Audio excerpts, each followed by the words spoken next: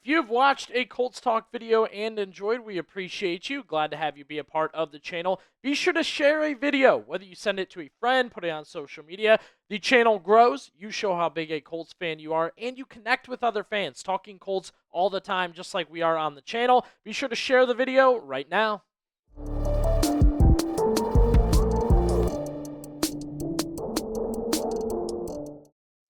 Bit of a carousel being pitched right now for the Indianapolis Colts. That's what happens when you are one of the busiest and most talked about teams in free agency. Trey Hendrickson being linked to the Colts. We have a lot to talk about with that today. We're getting good news all over the place about that connection. And a mock trade for Michael Pittman Jr. proposed by ESPN. I think this solves some problems for the Colts, helps them out a little bit. But, of course, we're going to get your opinion on all of it here in just a second. But, of course, Trey Hendrickson, I believe, is the number one free agent target for the Colts. From what you guys have said down in the comment section and under videos and more from what we've seen, I believe he is. ESPN's Matt Bowen listed the Colts as the best fit for Trey Hendrickson in free agency. We're starting to get more of these reports. Who's connected to who? Why? How good a fit is it? So Bowen saying Colts general manager Chris Ballard could make a splash move in landing the top free agent on our board, and Hendrickson could reunite with defensive coordinator Lou Anarumo, his former coach in Cincinnati, to boost the pass rush opposite my guy LL.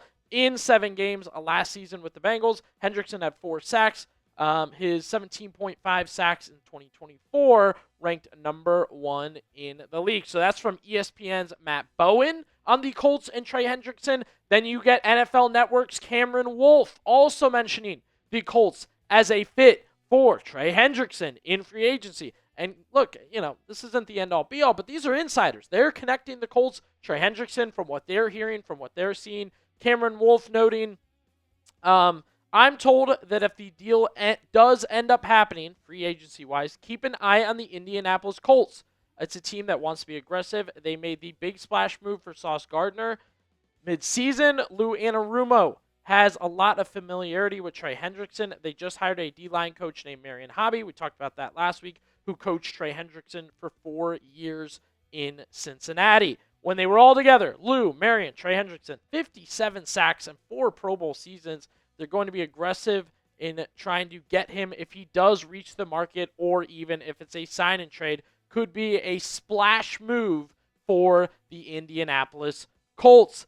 I like Trey Hendrickson for the Colts. I think it's a good fit for the Colts. Now I want to ask you guys, is Trey Hendrickson your number one free agent target? I'm talking free agency, doors are open on the market, go get him. Is Trey Hendrickson your guy in free agency? Type Y for yes, type N for no.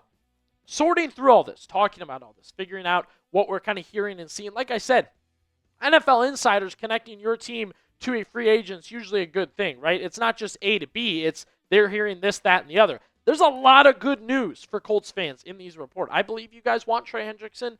I believe he'd be a good fit for the Colts, and we're seeing a lot of good things here. I also will note, we kind of threw the idea out there to you guys that there's a tag and trade situation developing. The Bengals aren't done. They don't want to let Hendrickson walk away. Well, recent Bengals news seems like a tag is becoming a little bit unlikely. The relationship is strained. There's a lot that goes into a tag and trade and signing and contract extensions. And Hendrickson may just tell them, look, don't tag me. I'm not going to sign anything. I'm not going to let you trade me. Let me hit the open market. That's good news, I think, for Colts fans. Not only that they're linked, but it looks like there's no trade now. It's just straight up. And overall, right, what name are you hearing over and over and over again? It's the Colts. They're the number one suitor for Trey Hendrickson right now.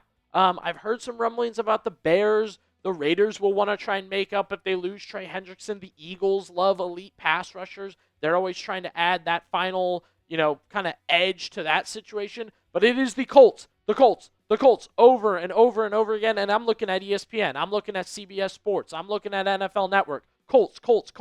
Gotta love it, right? If this is truly your number one free agent target, like many of you have typed your Ys possibly down below, I think it makes a lot of sense to take pride, be happy about, get excited about the fact that right now the Bengals and Colts, or the Colts overall tied to Trey Hendrickson, who's set to become a free agent. what I've got for you in just a second, sticking with some more ESPN stuff, Bill Barnwell listed NFL trade proposals. He had some very interesting names, teams, trades.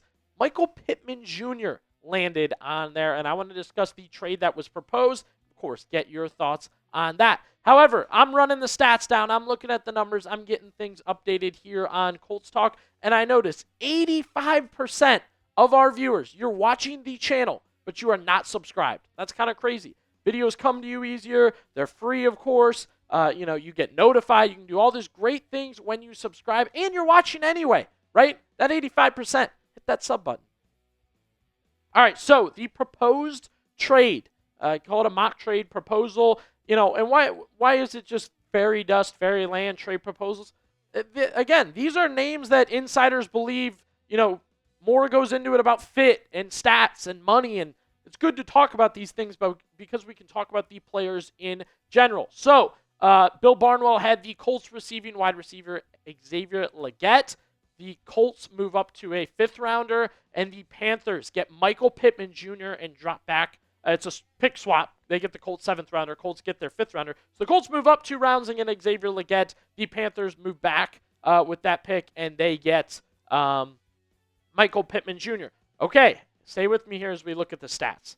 The stats, you can't do a 1-1 here. I'm sorry. You just can't think that Legette replaces Pittman, or you're trading for value, or you're swapping back and forth.